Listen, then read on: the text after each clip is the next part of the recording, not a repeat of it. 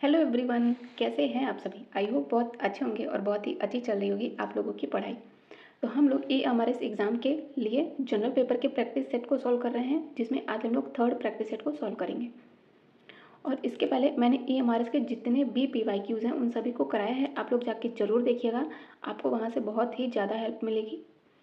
तो बिना time waste किए हम स्टार्ट करते हैं सेशन, जिसमें पहला क्वेश्चन है, कह रहा है जनरल अवेयरनेस से है पहला पार्ट। और इसमें पहला क्वेश्चन कह रहा है कि निम्नलिखित में से किसे तिब्बती नव वर्ष मतलब कि तिब्बतन न्यू ईयर के रूप में मनाया जाता है।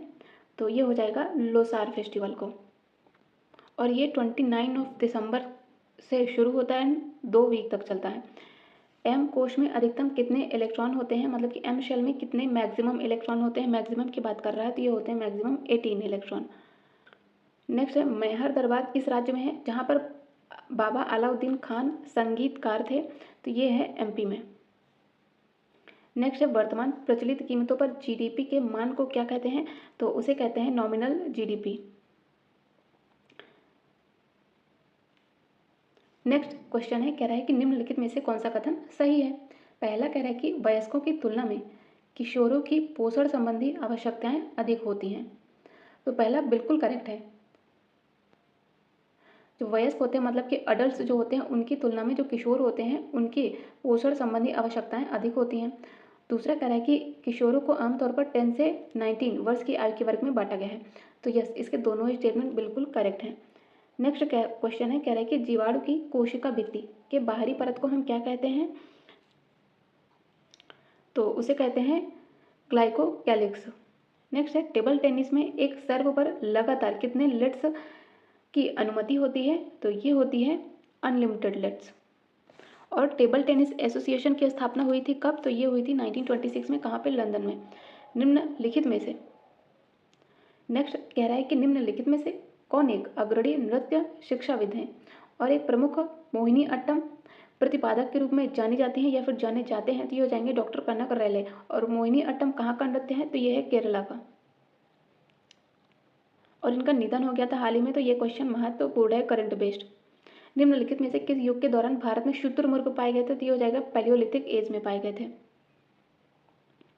जो मुख्यतः कहाँ कहाँ मिले थे, राजस्थान और MP में। नेक्स्ट है मेंडलीफ की आवर्त सारणी में स्थित एका एल्यूमिनियम का जो परमाणु भार है वह क्या था, जिसका स्थान बाद में लिया था किसने, गैलियम ने, तो वो था 68। अब हम बात करेंगे part third knowledge of ICT की। तो नेक्स्ट क्वेश्चन है, कह रहा है कि चलचित्र मतलब कि मोशन पिक्चर्स में निम्न में से किस फाइल प्रारूप मतलब कि फॉर्मेट का उपयोग करते हैं, तो ये करते हैं MPEG-4 का प्रयोग। और इसका फुल फॉर्म याद रखिएगा, ये हो जाएगा मूविंग पिक्चर एक्सपर्ट्स ग्रुप, ठीक है। नेक्स्ट है कंप्यूटर विज्ञान में HTTP का विस्तारित रूप क्या है, ये पूछा गया PYQs में, तो ये हो जाएगा hyper text transfer protocol.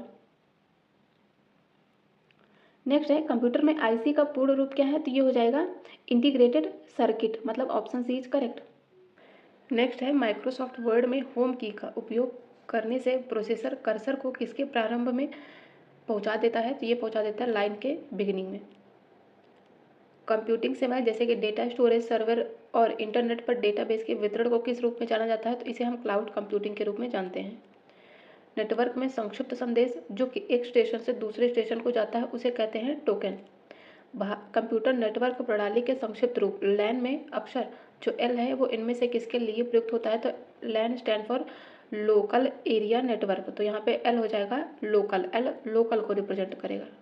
Unix operating system को वर्ष 1970 के दशक में किसके द्वारा विकसित किया गया था, तो ये किया गया था बेल लैब्स के द्वारा। सिंटैक्स एरर को किसके द्वारा निश्चित किया जाता है, तो इसे कंट्रोल यूनिट के द्वारा हम डिटरमाइन करते हैं। दिए गए नियमों का परंपरा के दिए गए एक सेट के अनुसार एक प्रोग्रामर द्वारा लिखे हुए निर्देशों की श्रृंखला को क्या कहते हैं, तो उसे कहते हैं सिंटैक्स। विभिन्न सहायक उपकरण और प्रौद्योगिकियां जैसे कि टॉकिंग बुक्स, मोबाइल फ़ोन की टॉक बैक सुविधा, GPS, इनबिल्ट वॉकिंग स्टिक और विशेष आवश्यकता वाले बच्चों की ज़रूरतों को पूरा करने में महत्वपूर्ण भूमिका निभाते हैं ये। तो यह कथन निम्न में ICT के अनुप्रयोग का उदाहरण है, तो वह समावेशी शिक्षा में है। सूचना प्रौद्योगिकी किसको संदर्भित करता है? तो ये सूचना संग्रह के हार्डवेयर तथा सूचना संग्रह के सॉफ्टवेयर को संदर्भित करता है। निम्नलिखित में से कौन सा उपागम आईसीटी का उपयोग करने के लिए कौशल विकास के बारे में बताता है? तो ये हो जाएगी टेक्नोलॉजी लिटरेसी।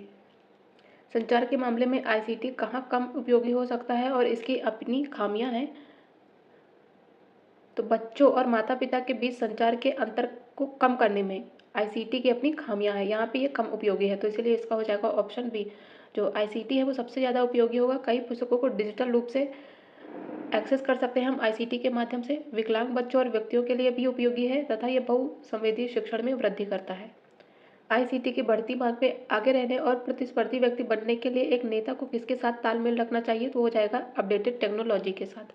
अब हम बात करेंगे पार्ट 4 टीचिंग एप्टीट्यूड की, जिसमें पहला क्वेश्चन है कि शिक्षा शास्त्र मतलब कि पेडागोजी हमें सिखाने के लिए बता सकता है, तो वह बता सकता है कि किस तरह से और कब करना चाहिए शिक्षा शास्त्र। तो इसका हो जाएगा ऑप्शन 2 और 3। नेक्स्ट है डिफाइन प्लान, मतलब कि प्लान को परिभाषित करें। तो ये गतिविधि के लिए एक संदर्भ प्रदान करता है प्लान।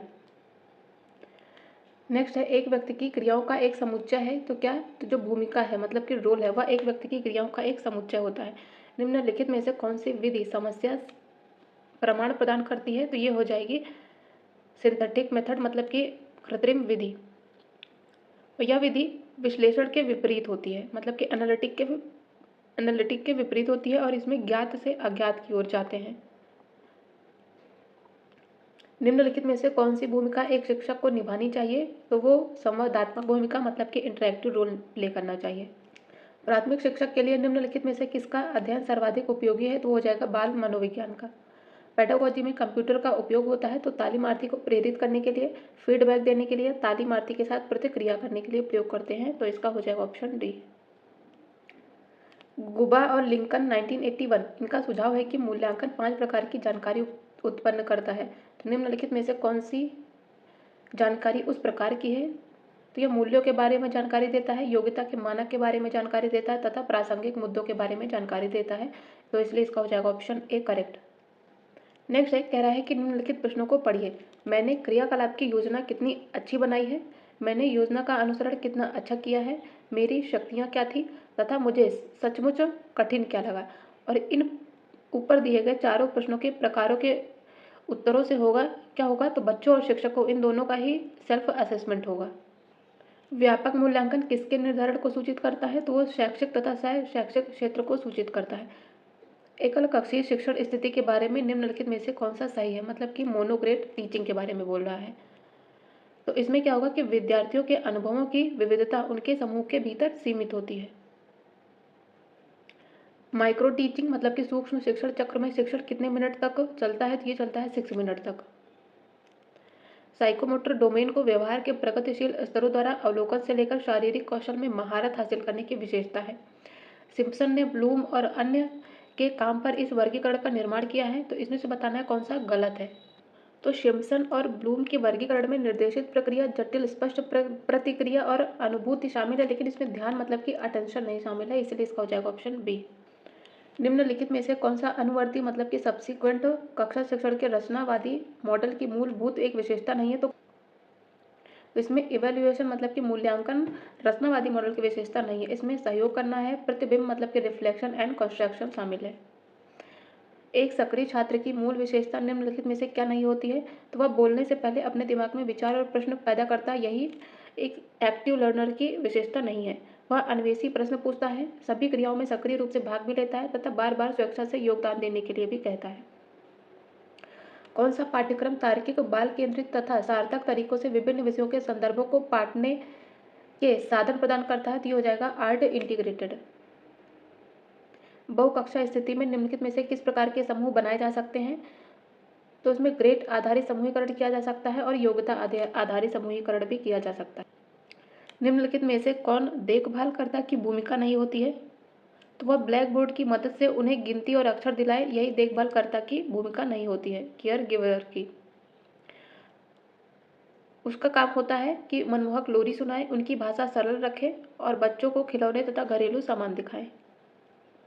समान दर्जे के संचार में प्रशिक्षक की क्या भूमिका होती है? तो वह छात्रों को एक दूसरे के साथ सम्मान के साथ व्यवहार करने की जांच करना होता है।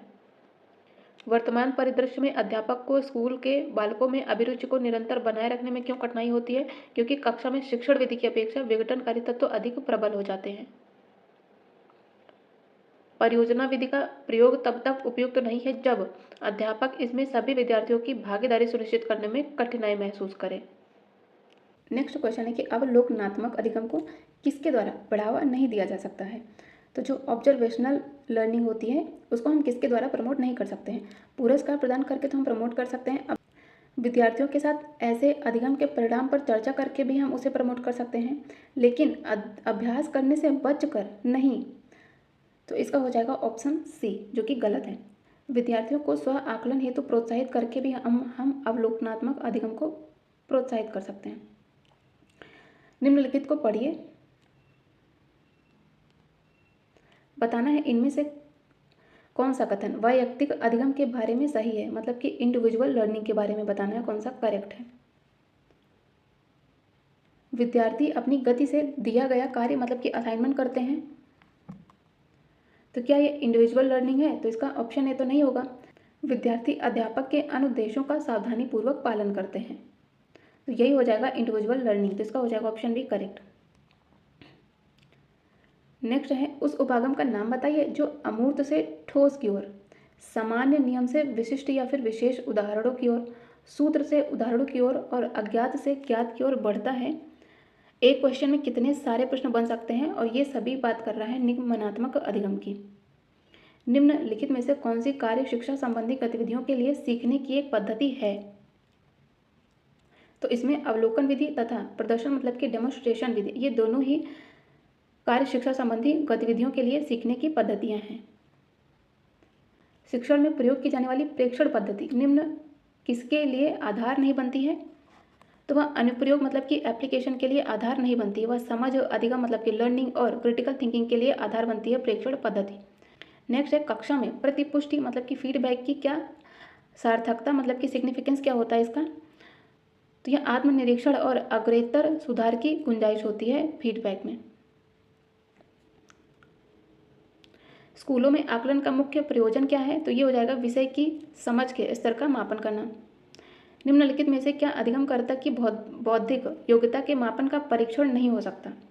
तो कह रहा है कि निम्नलिखित में से क्या जो अधिगम करता है उसकी बौद्धिक योग्यता के मापन का परीक्षण नहीं हो सकता?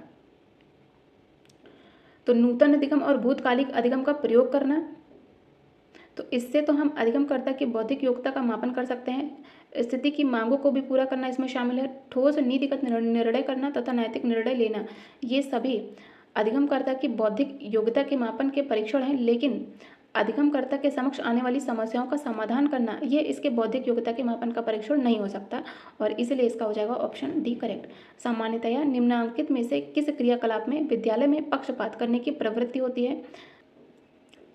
तो वो हो जाएगा विद्यालय के स्व आकलन में। अब हम बात करेंगे पार्ट 5 डोमेन नॉलेज की, जिसमें एक्सपीरियंसल बेस्ड लर्निंग के कुछ क्वेश्चन होंगे NNEP 2020 के भी। और इसमें पहला क्वेश्चन कह रहा है कि निम्नलिखित में से कौन से कौशल छंटाई मतलब कि सॉर्टिंग पर ध्यान केंद्रित किया जाता है? तो ये हो जाएगा शब्दावली का विकास करने के लिए। शब्द स्तर पर मतलब कि वर्ड लेवल पर लेखन का उद्देश्य क्या होता है? तो हो जाएगी नई शब्दावली, लिखावट तथा वर्तनी को सीखना। नेक्स्ट भाषा के बारे में निम्नलिखित में से कौन सा सही है? तो यह अपने साथी वक्ताओं से विरासत में मिली यादों और प्रतीकों का एक संग्रह प्रदान करता है और इसे अपने जीवन काल में बनाया जाता है। यह एक ऐसा माध्यम है जिससे अधिकांश ज्ञान का निर्माण भी किया जाता है। तो इसके दोनों ही स्टेटमेंट बिल्कुल करेक्ट हैं। नेक्स्ट है उस शब्द को चुने जो दिए गए वाक्य को प्रतिस्थापित करेगा, मतलब कि सब्स्टिट्यूट है। जैसे कि एक बच्चा जिसके माता पिता मर चुके हैं उसे हम कहते हैं ऑर्फन मतलब कि अनाथ। निम्नलिखित में से कौन सा कहानी वाली पुस्तकों का उपयोग करने का एक कारण नहीं है? तो जो कहानियाँ हैं वो कल्पना की कवायद करती हैं, इसलिए हम कहानी वाली पुस्तकों का उपयोग करते हैं। साथ ही कहानियों वाली पुस्तक बच्चों की अधिगम रणनीतियों का भी विकास करती हैं। कहानियाँ प्रेरक, चुनौतीपूर्ण और सुखद भी होती हैं। कक्षा में कहानियाँ सुनना एक राजनीतिक अनुभव है, क्या हम इसीलिए कहानी वाली पुस्तकों का उपयोग करते हैं? नहीं। तो इसका ऑप्शन डी गलत है, बाकी सभी करेक्ट। नेक्स्ट है पाठ स्तर की लेखन गतिविधि में लेखन के अंतर्गत क्या आता है? तो इसमें पोस्टर्स तथा पोएम्स दोनों ही आते हैं। नेक्स्ट है, कह रहा है कि नई शब्दावली की शुरुआत करने के लिए तकनीकों का उपयोग करते समय निम्नलिखित में से किस चरण का पालन किया जाता है? तो उसमें कक्षा को दोहराने के लिए कहें और उच्चारण की जांच करें और फिर से शब्द कहें, तो पहला करेक्ट है। दूसरा ये कह रहा है कि अलग अलग विद्यार्थियों से शब्द दोहराने के लिए कहें और पूरी कक्षा से फिर से पूछें, तो इसके दोनों ही स्टेटमेंट बिल्कुल करेक्ट हैं। नेक्स्ट है, निम्नलिखित में से कौन सा समीक्षा का एक हिस्सा है? तो पाठ को समीक्षा तथा सारांशित करना और गृह कार्य को सेट करना, ये सभी रिव्यू करने का एक पार्ट है, तो इसका हो जाएगा ऑप्शन सी। नेक्स्ट है, राष्ट्रीय पाठ्यक्रम संरचना 2005 के अनुसार पर्यावरण विज्ञान पढ़ाने के उद्देश्य क्या है? तो हो जाएगा परिवेश के साथ, तो वो हो जाएगा परिवेश के साथ प्रयोग करना। नेक्स्ट क्वेश्चन है, निम्नलिखित में से मूल्यांकन के किस उदाहरण को खाद्य विषय पर मूल्यांकन करते समय शामिल किया जा सकता है? तो उसमें केवल स्पर्शी द्वारा फलों और सब्जियों की पहचान करें। दूसरा कह रहा है कि खाने की चीज़ को उसके स्वाद से मिलाएं। थर्ड कह रहा है कि पशुओं द्वारा खाए जाने वाले भोजन पर समूह चर्चा करें और दूध से दही बनाने में भिन्नता आजमाना। ये सभी क्वेश्चन शामिल होंगे, तो इसका हो जाएगा option D, all of the above. Next है, NEP 2020 के अनुसार कौन सी कक्षाएं जो हैं वो प्रारंभिक चरण को कवर करती हैं? तो इसमें हो जाएगा 3 to 5। NEP 2020 के अनुसार कौन सी कक्षाएं बुनियादी चरण को कवर करती हैं? तो ये हो जाएगा आंगनवाड़ी मतलब कि पूर्व विद्यालय या फिर बाल वाटिका, और इसमें होता है क्लास 1 से 2। राष्ट्रीय शिक्षा नीति मतलब कि NEP 2020 को एक नई शैक्षणिक और पाठ्य चर्चा संरचना के द्वारा प्रतिस्थापित किया गया है। तो नई पाठ्य चर्चा संरचना किस अनुरूप है? तो इसमें है 5+3+3+4 मॉडल। राष्ट्रीय शिक्षा नीति 2020 के अनुसार किस आयु वर्ग को स्कूल शिक्षा में शामिल किया जाता है? तो इसमें हो जाएगा 3 to 18 ईयर्स। नेक्स्ट है, NEP 2020 पूरे देश के लिए प्राथमिक स्तर पर किस भाषा को निर्देश के माध्यम से प्रस्तावित करती है? तो हो जाएगी मदर टंग। निम्नलिखित में से कौन सा अनुभवात्मक शिक्षा का एक एग्जाम्पल है? तो प्रोजेक्ट कार्य के माध्यम से समूह में काम करना, यही अनुभवात्मक शिक्षा का एक एग्जाम्पल है। नेक्स्ट है, कॉम्पिटेंसी बेस्ड टीचिंग मतलब कि दक्षता आधारित अध्यापन, ये मूलतः होता है, ये अधिगमकर्ता केंद्रित होता है, मतलब कि लर्नर सेंट्रिक होता है। अनुभवात्मक अधिगम क्या है? तो वो हो जाएगा खेल एकीकृत अधिगम ही अनुभवात्मक अधिगम है, क्योंकि जो अनुभवात्मक अधिगम होता है वो संलग्न सीखने की प्रक्रिया होती है, जिसके तहत जो छात्र होते हैं वो करके सीखते हैं और अनुभव पर चिंतन भी करते हैं। वर्तमान परिस्थिति में आप कक्षा में वर्धित अधिगम कैसे सुनिश्चित करेंगे? वर्धित अधिगम मतलब कि इन्हेंस्ड लर्निंग, तो वो हो जाएगा एक्टिविटी या फिर क्रिया, तो वो हो जाएगा एक्टिविटी या फिर कार्यकलाप आधारित शिक्षण करा के। अनुभव के माध्यम से सीखने का सबसे महत्वपूर्ण लाभ क्या है? तो यह व्यवहारिक कौशल और समस्या समाधान की क्षमता को बढ़ाता है, अनुभव के माध्यम से सीखना। योग्यता आधारित उपागम की उपयोगिता के संबंध में कौन सा सही है? तो शिक्षण सीखने की प्रक्रिया आनंदमय और रोचक होती है, तो इसका हो जाएगा ऑप्शन बी।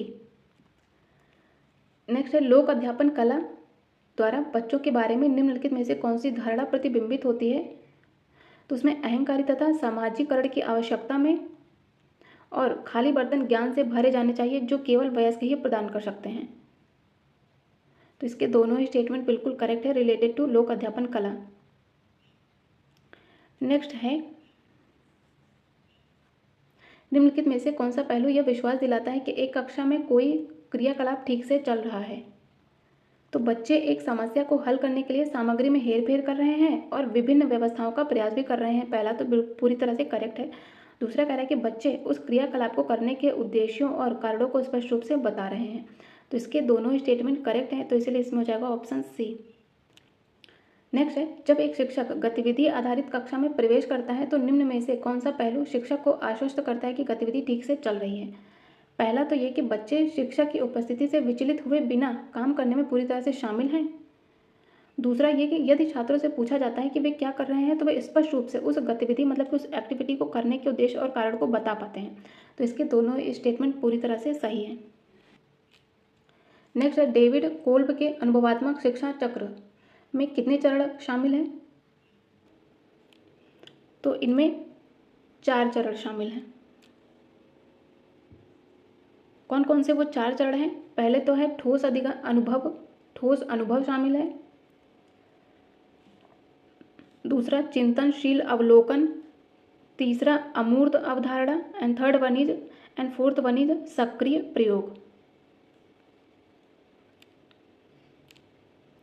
राष्ट्रीय शिक्षा नीति 2020 का विजन क्या है? तो भारत को एक सशक्त व जीवंत ज्ञान आधारित समाज में परिवर्तित करना।